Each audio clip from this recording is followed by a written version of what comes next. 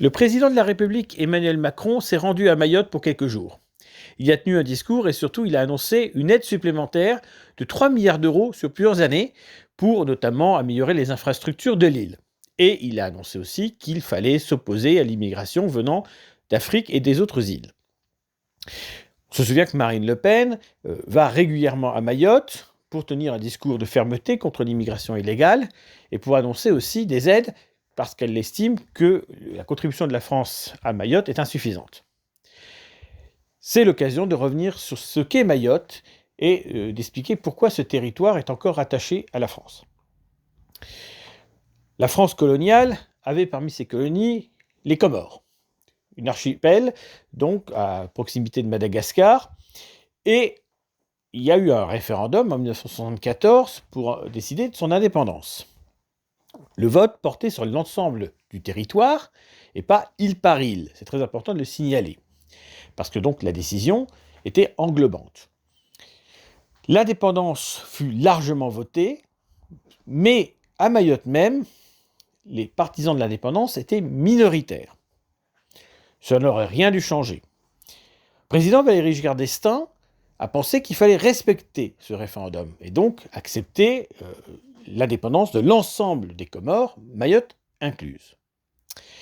Mais un certain nombre de ses conseillers et des pressions autour de lui ont voulu absolument, conserver cette île sur des principes pseudo-stratégiques et autres. En conséquence, la France n'a pas respecté ce référendum et elle a détaché Mayotte du reste de la République des Comores, ce pourquoi elle est d'ailleurs condamnée régulièrement à l'ONU. C'est considéré comme un acte néocolonial. Bien sûr, il y a eu des référendums organisés sur Mayotte même qui ont été en faveur du rattachement à la France. Mais ça ne change rien à l'acte de départ, évidemment. Alors il faut bien avoir conscience de l'évolution démographique de cette île. En 1950, il y avait autour de 15 000 habitants. On serait aujourd'hui jusqu'à 500 000 habitants. Je vous laisse évaluer l'augmentation de la population en 70 ans. Imaginez si la France avait connu une telle augmentation. Donc, très concrètement, comment expliquer cette surdémographie impressionnante? D'abord parce que nous sommes en Afrique du Sud-Est et que le taux de natalité actuel est autour de 4,5 enfants par femme. À Mayotte, comme dans les autres îles comoriennes. Et puis ensuite, il y a effectivement un effet d'attraction, puisque l'aide de la France a créé une sorte de, prospérité très relative et artificielle qui attire les habitants des autres îles, qui veulent en bénéficier à leur tour. Donc ça a amené une énorme immigration clandestine de gens des autres îles comoriennes. Et ça sert aussi de hub, c'est-à-dire de porte d'entrée éventuelle à l'Union européenne, de l'autre côté de la planète. Alors, rappelons quelques caractéristiques de Mayotte. Nous avons affaire à une population donc comorienne, les Mahorais, qui sont donc de langue mahorais, c'est-à-dire un dialecte swahili, donc une langue bantoue.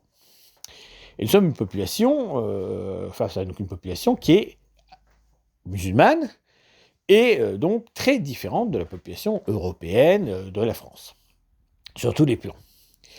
Comme je l'ai indiqué, la démographie de Mayotte est très importante, elle est celle de l'Afrique du Sud-Est, elle n'est pas celle d'un pays européen. Et donc cerise sur le gâteau, pour des raisons électoralistes, Nicolas Sarkozy a proposé d'organiser un référendum pour départementaliser Mayotte il y a un certain nombre d'années.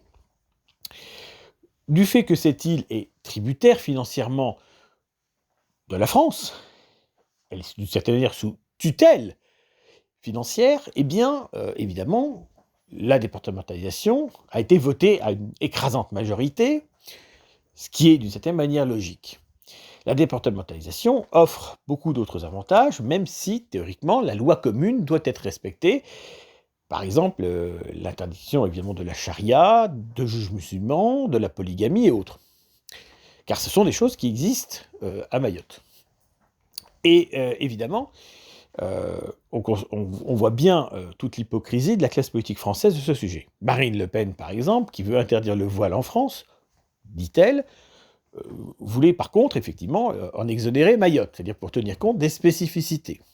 Alors qu'elle est hostile à l'apprentissage du breton en Bretagne, elle n'a pas eu de souci à utiliser quelques mots de mahorais pour introduire son discours présidentiel à Mayotte. Vous voyez, comme quoi, même la droite dite nationale est parfaitement hypocrite et électoraliste sur ce plan. Car bien sûr, il y a une forme d'électoralisme, flatter ses populations, c'est flatter des électeurs potentiels. Le Rassemblement national, d'ailleurs, a bien progressé sur ce sujet.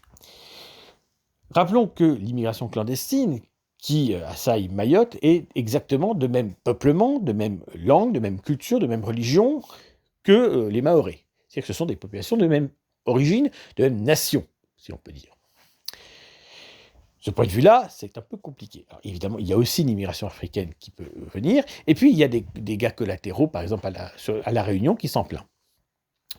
Donc la vraie question aujourd'hui, c'est est-ce qu'il faut déverser des milliards d'euros pour tenter, de manière illusoire, d'augmenter le niveau infrastructurel et de vie de cette île, comme le propose Macron, comme le propose Marine Le Pen aussi, ou faut-il avoir une approche décoloniale du sujet, sachant que ces flux migratoires qui sont attirés à Mayotte le sont parce que Mayotte est un territoire français. C'est le seul intérêt qui explique ces flux, dont la population mahoraise présente sur place ne souhaite pas, effectivement. Mais le problème, c'est que tout va avec. De ce point de vue-là, la vraie question qu'il faudrait poser, c'est la question que la classe politique refuse de se poser, c'est cela a du sens, alors que nous voulons justement bâtir une Europe politique, que nous voulons faire avancer l'Europe, de vouloir se maintenir dans des espaces territoriaux éloignés qui divergent en tout de nous, tant au niveau de la population qu'au niveau du niveau de vie. Est-ce qu'il ne serait pas temps d'accomplir la décolonisation véritablement en émancipant les derniers territoires qui pourraient relever de son champ de souveraineté, si on peut dire. La vraie question, elle est là. Elle n'est pas de déverser des milliards d'euros supplémentaires, elle pose la question de ce qu'est la nation française et de ce qu'est le destin européen.